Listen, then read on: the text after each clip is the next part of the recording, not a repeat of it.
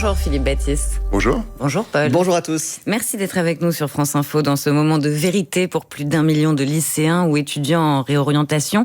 Hier à 19h, les premières réponses sur Parcoursup sont tombées. Sur les réseaux sociaux, certains comparent la plateforme d'admission post-bac à Hunger Games, la saga où les ados s'entretuent pour survivre. Je vois que vous avez la référence. Philippe Baptiste, qu'est-ce que vous dites aujourd'hui à ceux qui ont reçu un non hier et qui voient leur rêve d'études se briser, s'effondrer? Alors déjà, hier soir, on était à la première heure de la campagne, donc il n'y a pas de rêve qui se brise là. On est au tout début. Je voudrais simplement. Il y a déjà des noms. Oui, bien sûr. Mais je voudrais quand même rappeler. On a plus d'1 million de candidatures sur la plateforme. C'est un chiffre qui est absolument gigantesque. Il n'y en a jamais eu autant. Il n'y en a jamais eu autant. Il y a une dizaine d'années, on était un peu au-dessus de 800 000. Donc vraiment, on voit bien qu'il y a une expansion une croissance qui est extrêmement forte. Aujourd'hui, hier soir, donc les premiers résultats sont arrivés. Je voudrais dire que, par exemple, si on prend le public des lycéens, donc, puisque on a à la fois des lycéens sur la plateforme, mais aussi des gens qui sont réorientés ou des gens qui sont en reprise d'études. Si je regarde sur le public des lycéens, donc ceux qui vont passer le baccalauréat, il y a aujourd'hui 2 lycéens sur 3 qui ont déjà reçu une réponse favorable. Donc je veux dire, et si on regarde les lycéens, un sur 3, à l'inverse, il y en a un sur 3 qui n'a pas encore de réponse. Qui n'a pas encore de réponse, mais ça veut dire mais après la plateforme, on est au tout début de la campagne. Donc après, ce qui va se passer maintenant, c'est, vous savez, en fait, il y a les lycéens qui ont plusieurs choix, qui ont plusieurs possibilités. Ils vont faire un choix, et puis donc ils vont libérer des places. En libérant des places, il y en a d'autres qui vont les trouver. Ça peut redonner une chance à ceux qui ont eu un non ou qui sont en attente. Et donc on est au tout début. Donc quoi, vous leur dites quoi? Ne perdez pas espoir. Qu'est-ce que vous dites aux parents qui sont désespérés là? Hier, leur enfant a reçu un non, ou alors ils sont en attente. Il n'y a aucune raison d'être désespéré. Maintenant, ça ne fait que commencer. Moi, je vais vous donner un autre chiffre. Si je prends la campagne de l'an dernier, il y avait un tout petit peu moins de candidats, mais c'était les mêmes ordres de grandeur. À la fin, parmi les jeunes qui voulaient absolument continuer dans l'enseignement supérieur et qui n'avaient pas eu de place, qui n'avaient pas trouvé, etc. Vous savez, on les accompagne pendant tout l'été. Il y a les recteurs, les proviseurs, les profs du secondaire, les profs du supérieur, qui font des commissions pendant tout l'été, qui cherchent des solutions pour chaque jeune. À la fin, sur toute la France, on avait 34 jeunes pour qui on n'avait pas trouvé de solution. Que 34 sur toute la France. C'est 34 de trop, mais à la fin, c'était 34 pour 1 million de candidats. Donc ce que je veux dire, c'est que tout le monde trouvera une place. Tout le monde trouvera une place. Et aujourd'hui, et puis surtout, moi je voudrais aussi avoir un autre message, c'est que pour les jeunes, c'est un moment important, c'est un moment stressant, c'est vrai, je veux dire, bien sûr, mais vous jouez pas votre vie. Vous n'êtes pas en train de jouer votre vie. Je veux dire, la vie, elle se construit. Ça veut dire que vous avez le droit de commencer. Vous allez commencer des études. Peut-être que ça va pas vous plaire. Et peut-être que l'an prochain, vous allez vous réorienter. Peut-être que vous allez commencer à travailler puis revenir après. Peut-être que ça va vous plaire directement. Donc, ça, c'est pas évident à entendre. Mais bien sûr, c'est la vérité. Et donc, ce que je veux dire, c'est qu'il y a simplement un moment. Bien sûr, c'est un moment stressant pour les parents aussi. On est tous passés à travers ça. Enfin, en tout cas, bien sûr. Mais ce que je veux dire, c'est que voilà, il faut être un peu serein, il faut regarder, et puis on a le temps, et tout le monde trouvera une place. Mais vous qui avez travaillé à cette préfiguration de Parcoursup, est-ce que vous comprenez que pour beaucoup de familles, même si vous dites c'est pas si important, on entend ce matin, et aussi vous aimez dire que ce n'est pas une boîte noire, ça reste quand même une espèce de machine assez opaque qui décide du futur de leurs enfants et qui comprennent pas complètement, parce que c'est quand même très compliqué à comprendre. J'ai pas dit que c'était pas important, j'ai dit que c'est important, mais vous jouez pas votre vie définitivement. Enfin voilà. Donc, alors, est-ce que c'est une boîte noire? Non, c'est une plateforme.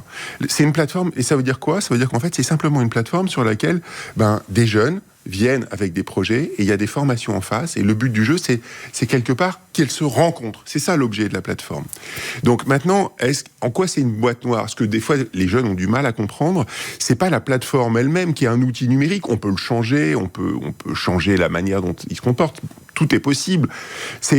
Mais à la fin, ce qui se passe et ce qui est fondamental, c'est qu'en fait, un jeune, quand il dépose sa candidature pour une formation donnée, eh bien, les professeurs du supérieur, ou des universités qui se retrouvent, en fait, ils vont quelque part classer les jeunes qui viennent dans la formation. Et vous entendez et les souvent, critiques. Qu'est-ce qui ne marche pas dans votre système? Ben, il y a beaucoup en fait, de critiques. Souvent, en fait, la difficulté de perception, c'est de comprendre justement pourquoi est-ce que, compte tenu des résultats que j'ai eus, pourquoi est-ce que je suis à tel endroit dans la liste et pas à tel endroit dans l'autre. En fait, il faut être un peu stratège. Et il y a des élèves qui sont livrés à eux-mêmes. On voit la différence dans les lycées favorisés, où il y a beaucoup de soutien, beaucoup d'encadrement, des gens qui ont les codes et qui vont coacher les élèves pour aller sur Parcoursup, et d'autres élèves qui ne sont pas du tout soutenus, pas du tout épaulés. Vous avez complètement raison. Je vais revenir dans un instant sur l'orientation, juste peut-être insister sur le fait que la question de la transparence, elle est fondamentale. Je pense qu'on a beaucoup progressé. Aujourd'hui, pour chaque formation, il y a des critères qui sont identifiés, on explique ce qu'on fait, les professeurs expliquent les attendus, etc., ce qui tend à expliquer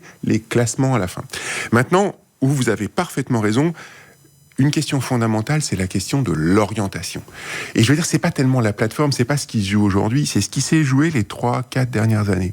C'est comment est-ce qu'on arrive à accompagner les jeunes au lycée pour les aider à trouver leur chemin dans le supérieur. Et ça se construit pas, évidemment, en juin d'une année, ça se construit dans la durée. Et évidemment, c'est une source profonde d'inégalité, parce que quand vous êtes dans un environnement familial qui est aisé, qui a accès, qui a les codes, etc., c'est beaucoup plus facile. Et donc, est-ce qu'il y a des moyens supplémentaires? Évidemment, c'est ça, la question. et le rôle aujourd'hui fondamental, je pense, du lycée, et c'est totalement partagé aussi par le ministre de l'Éducation nationale, c'est bien justement d'accompagner tous les jeunes dans ce mécanisme d'orientation. Alors, est-ce qu'il y a des moyens supplémentaires? Parce qu'en février, les conclusions d'une mission parlementaire ont fait un constat très mitigé de Parcoursup. Parcoursup a reproduit, voire aggravé les inégalités socioculturelles préexistantes depuis 2018, pointe cette mission, qu'il s'agisse de la démocratisation de l'accès à l'enseignement supérieur ou de la réduction des taux de réorientation et d'échec en licence. Je m'inscris en faux contre cette analyse. En faux. Oui, parce que en fait, pourtant, c'est une mission parlementaire sérieuse. C'est une mission parlementaire, comme, des rapports. Vous contestez les résultats, parce qu'il y a quand même des données objectives. Alors, dites-moi pourquoi. Je vais vous dire, en fait. Aujourd'hui, à travers Parcoursup, il y a le moyen, en particulier, de favoriser les jeunes qui sont, par exemple, des jeunes qui sont boursiers. Ça veut dire que... Et on les favorise comment? C'est simplement, quelque part, il y a des listes qui ne sont pas les mêmes entre les boursiers et les non-boursiers, et on favorise, c'est-à-dire qu'on dit, enfin, en formation par formation, tout ça est complètement transparent, et on le voit sur chaque formation, et en fait, ça permet de mesurer, en fait, combien de jeunes, par exemple, boursiers, ont accès à une formation, alors qu'ils n'auraient pas eu accès à cette formation s'il n'y avait pas eu les systèmes où on les boostait. Et on voit aujourd'hui qu'il y a des dizaines de milliers de jeunes chaque année qui, grâce à Parcoursup, accèdent à des formations qu'ils voulaient, alors que justement, ils n'y auraient pas accédé normalement. Donc vous donc dites il y a que c'est un vrai l'inverse. effet. Est-ce qu'il faut aller plus loin? Est-ce qu'il faut pousser les curseurs? Mais ça, c'est possible, on peut en discuter. Mais en tout cas, les outils, ils sont disponibles pour le faire. Mais alors, comment vous expliquez que 40% des bacheliers de 2020 ont réussi à obtenir leur diplôme de licence après 3 ou 4 ans d'études, en baisse de 6 points? Il y a beaucoup moins alors, je pense que c'est d'étudiants qui réussissent. Comment vous l'expliquez? Est-ce que c'est pas l'échec de Parcoursup? Non, pas du tout. Je crois que c'est pas le sujet du tout. Le sujet, c'est derrière. Le sujet, c'est aujourd'hui, la loi nous dit toute personne qui a un baccalauréat professionnel, baccalauréat technologique, baccalauréat général, a accès à l'enseignement supérieur.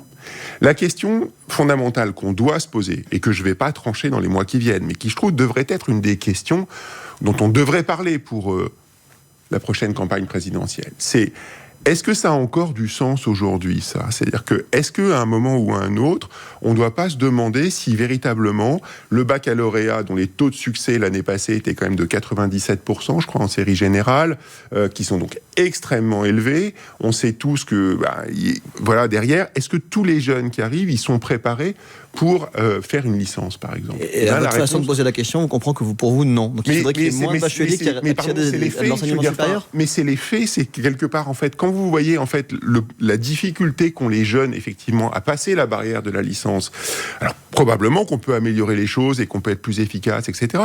Mais il y a aussi un problème, je pense, de formation initiale. Et moi, je voudrais rappeler, quand vous avez un bachelier professionnel, par exemple, qui s'inscrit en licence, le taux de succès des jeunes bacheliers professionnels en licence, il est de l'ordre de 5%. Et donc, quelque part, quand on dit aux bacheliers professionnels, venez en licence, c'est possible. Alors, personne ne dit ça comme ça, mais Donc il faut redonner de la valeur au bac. Mais il faut aussi dire la vérité aux jeunes. Je veux dire, il faut aussi dire la vérité. C'est par exemple, quand vous faites un bac professionnel, vous pouvez peut-être faire une licence après, mais avant, il faut faire une année de ce qu'on appelait dans le temps une propédeutique ou une année de formation additionnelle pour vous mettre à niveau, pour vous donner les capacités de réussir. Il faut surtout pas l'interdire, mais par contre, il faut dire la vérité aux jeunes. Il faut pas être hypocrite. Et donc, je crois vraiment que ce discours de vérité, c'est indispensable et il faut qu'on le porte. Philippe Baptiste, vous voulez faire le ménage dans la jungle du secteur privé et vous portez une loi qui vise à filtrer davantage, pour résumer, les écoles qui pourront avoir accès à Parcoursup. Est-ce que ça signifie qu'en dehors de Parcoursup, ce sera toujours la jungle ? Le but du jeu, c'est de réguler par la qualité. Aujourd'hui, vous avez un étudiant sur 4 qui est dans le privé. C'est énorme, ça a explosé en 10 ans, ça a explosé. Et moi, j'ai pas de problème avec ça. Je pense qu'il faut laisser une très grande liberté à tout le monde. Il y a la très grande majorité des formations privées qui sont de qualité ou de très grande qualité. Donc, j'ai pas de difficulté. Par contre, avant, c'était minoritaire. On n'avait pas besoin de ces mécanismes de régulation. On voit bien qu'il y a eu aussi marginalement des excès. Il y a notamment un livre qui avait pointé les dérives du secteur privé. Et puis, il y a par exemple, vous regardez les titres de la presse, une formation qui s'appelait le Digital College, qui a fermé, qui est accusé quand même de choses assez graves. Donc il y a eu des excès. Ils sont marginaux, mais ils existent. Donc moi, il faut que je sois capable, comme ministre de l'enseignement supérieur, de réguler. Et c'est bien l'objet de la loi, c'est de donner en fait au ministère la capacité de régulation par la qualité. Donc c'est simplement être capable d'aller regarder dans un établissement privé donné quels sont les dispositifs qui existent et qui permettent d'assurer la qualité des formations. Et c'est ça le but du jeu. Donc c'est simplement on régule par la qualité. Et derrière, ceux-là, ils auront accès à Parcoursup. En dehors, il y aura toujours la liberté d'entreprendre, vous pourrez toujours faire des choses, mais l'État, à la fois, mettra pas d'argent, et en même temps, l'État ne le prendra pas sur Parcoursup. Mais vous dites clairement, si c'est pas sur Parcoursup, parents fuyez, ou c'est plus compliqué que ça ? Alors, je pense qu'aujourd'hui, c'est plus compliqué que ça, mais le but du jeu, c'est de simplifier et d'aller vers un message très simple qui dit, en gros, sur Parcoursup, je vous garantis la qualité des formations, en dehors, je sais pas. Une question avant le fil info, Philippe Baptiste. Il y a une nouvelle crise à Sciences Po.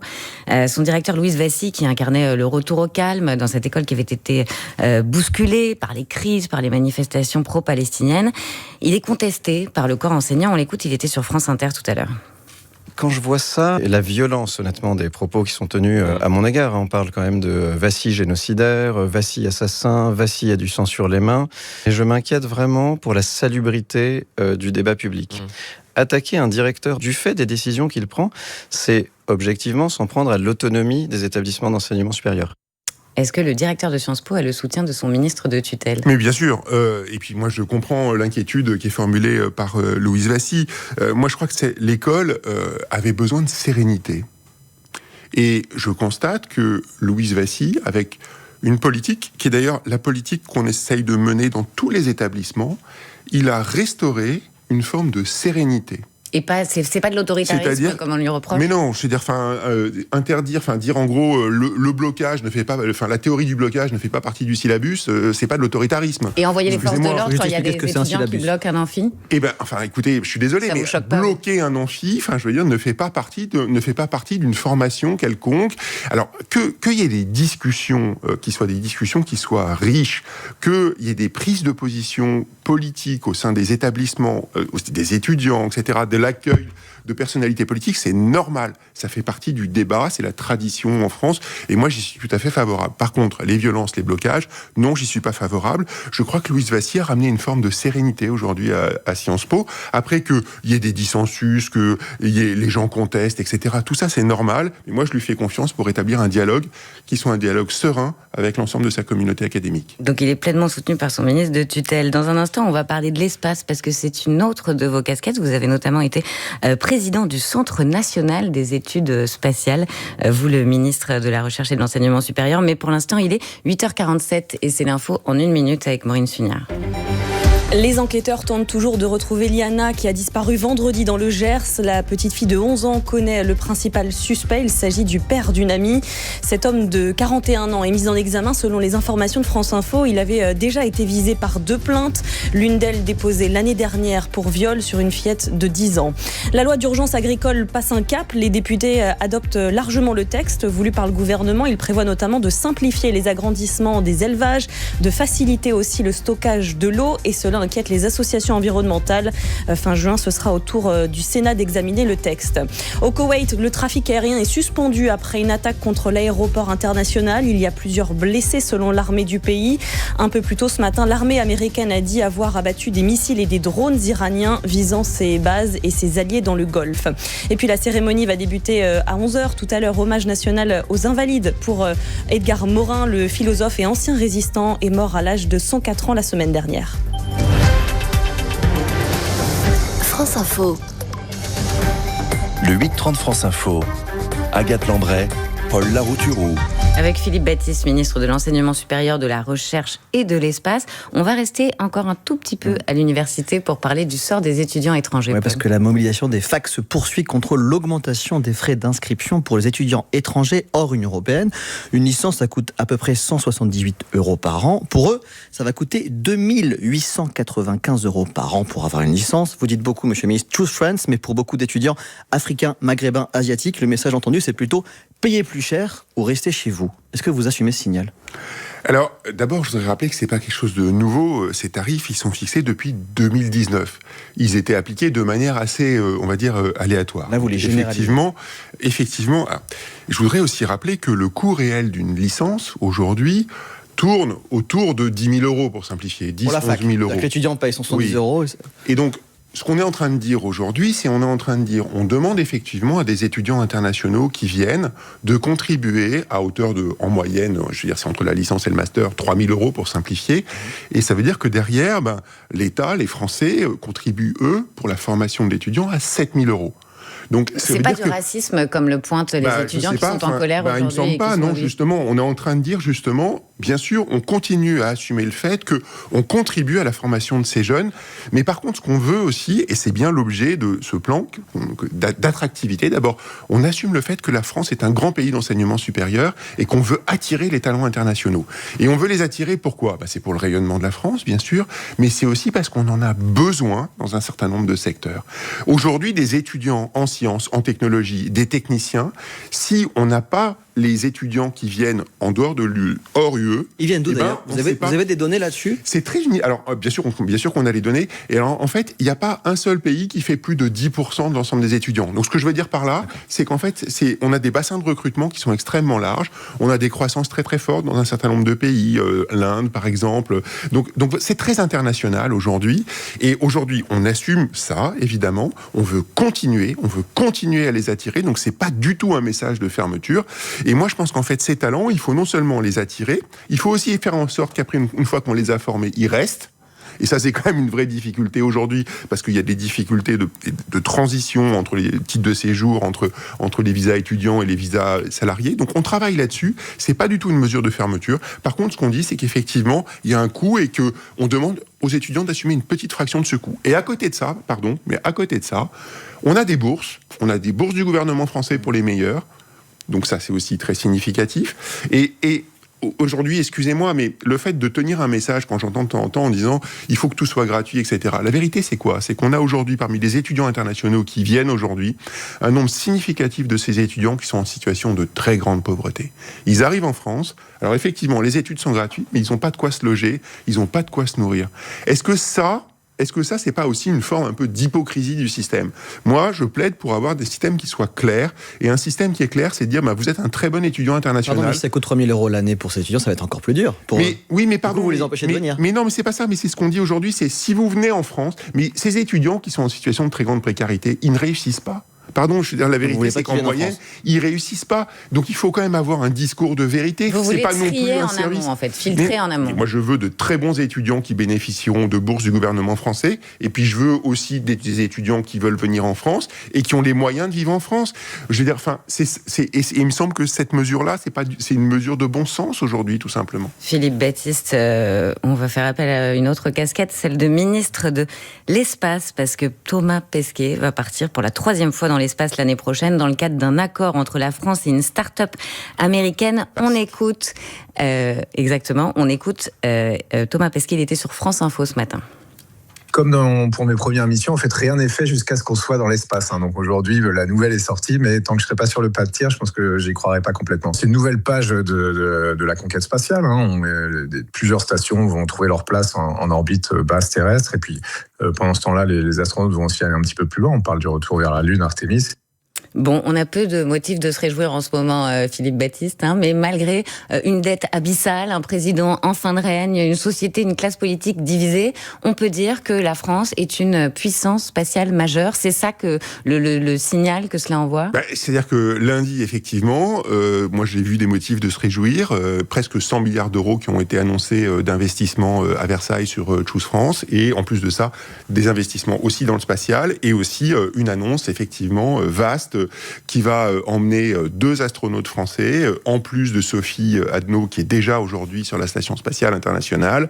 Et donc, voilà, oui, et le siège de VAST aussi, qui sera en France. Enfin, le siège européen de VAST qui sera en France. Donc tout ça, c'est des très bonnes nouvelles. Ça montre aussi la dynamique qu'il y a en France sur le spatial. Ça montre aussi qu'on est très ouvert, justement, aux startups, à ce qu'on appelle, dans le jargon, le new space, le nouveau spatial, la nouvelle façon de faire du spatial, avec des méthodes plus agiles et plus rapides. Donc VAST, on est très content, on est ravis pour Thomas, on est ravis aussi pour Arnaud, donc Thomas qui va être aussi le commandant de la capsule.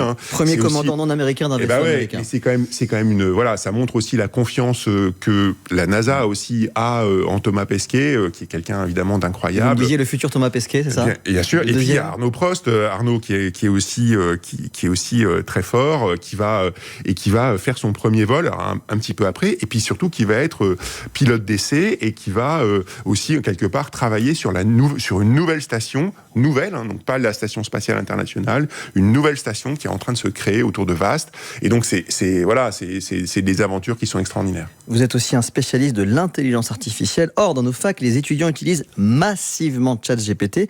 Qu'est-ce que vous voulez ? Vous voulez l'encadrer, l'interdire dans certains cas, ou vous dire en fait c'est très bien et on va apprendre aux profs à vivre avec ? Alors, d'abord, vous savez, le ministre de l'Enseignement supérieur, il dicte pas les programmes de l'enseignement supérieur. C'est pas comme ça que ça marche. Il y a une forme de liberté académique qui est absolument indispensable et à laquelle je tiens beaucoup. Maintenant, je peux vous donner mon opinion sur le sujet. Je pense d'abord que la première chose, c'est qu'il faut expliquer à tous les jeunes, et j'aurais envie de dire même avant peut-être l'université, ce que c'est que l'intelligence artificielle et sur quoi ça repose.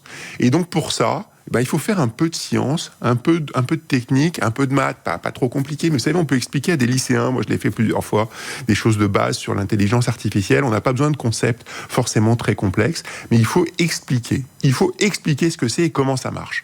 Pourquoi ? Parce que vous n'avez pas besoin d'être mécanicien auto pour piloter votre voiture. Par contre, savoir ce que fait l'intelligence artificielle, si vous ne comprenez pas que l'IA, aujourd'hui, elle se contente de répéter ce qui existe déjà...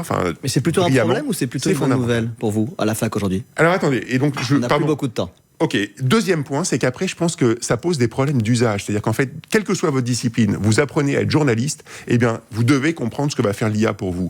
Et c'est vrai pour toutes les disciplines. Et moi, j'appelle tous mes collègues dans les universités, dans toutes les disciplines, mais ils le font déjà, à se poser justement cette question-là et aussi à en discuter avec les étudiants. Et personne n'a la réponse aujourd'hui parce que les évolutions sont extrêmement rapides. Mais par contre, il faut que cette discussion, elle se noue entre les étudiants, entre les professeurs, quotidiennement presque, j'ai envie de dire, pour accompagner les usages. Moi, je ne crois pas du tout aux interdictions, mais je pense aussi qu'évidemment, il faut développer de l'autonomie auprès des étudiants. Philippe Baptiste, c'est la question qui choisit. Vous êtes réputé proche d'Édouard Philippe. Est-ce que c'est vous qui planchez en ce moment sur le volet enseignement supérieur de son programme, et est-ce que c'est votre candidat pour la présidentielle de 2027 ? Vous savez, moi, j'ai pas de carte de parti politique. Je suis un ministre de la société civile. Je suis là pour travailler jusqu'au bout du quinquennat pour porter des réformes que je crois, mais profondément indispensables dans notre secteur. On essaye d'en porter beaucoup. Donc vous bottez en touche, vous voulez pas dire que vous soutenez Édouard Philippe aujourd'hui ? J'ai évidemment mes opinions politiques. J'ai un immense respect pour Édouard Philippe, avec qui j'ai eu l'honneur de travailler, mais avec d'autres aussi. Donc, c'est pas le moment de... Vous parlez pas d'Édouard Philippe. Votre collègue était, Maud Bréjean, porte-parole du gouvernement, était à votre place et dit « Attention, on a plusieurs trains lancés à toute vitesse, une primaire sauvage, et on a un risque de sang sur les murs ». Est-ce que vous partagez ce constat ? Je sais pas, je pense en tout cas il y a effectivement beaucoup de candidats, et je pense qu'à un moment ou à un autre, il me semble qu'il y aurait du sens à ce que de la droite républicaine jusqu'à la gauche républicaine, il y ait un peu de travail pour réduire l'offre. Merci beaucoup Philippe Baptiste d'avoir répondu aux questions de France Info. Merci Paul. Merci beaucoup. Vous restez avec nous tout de suite, les informés.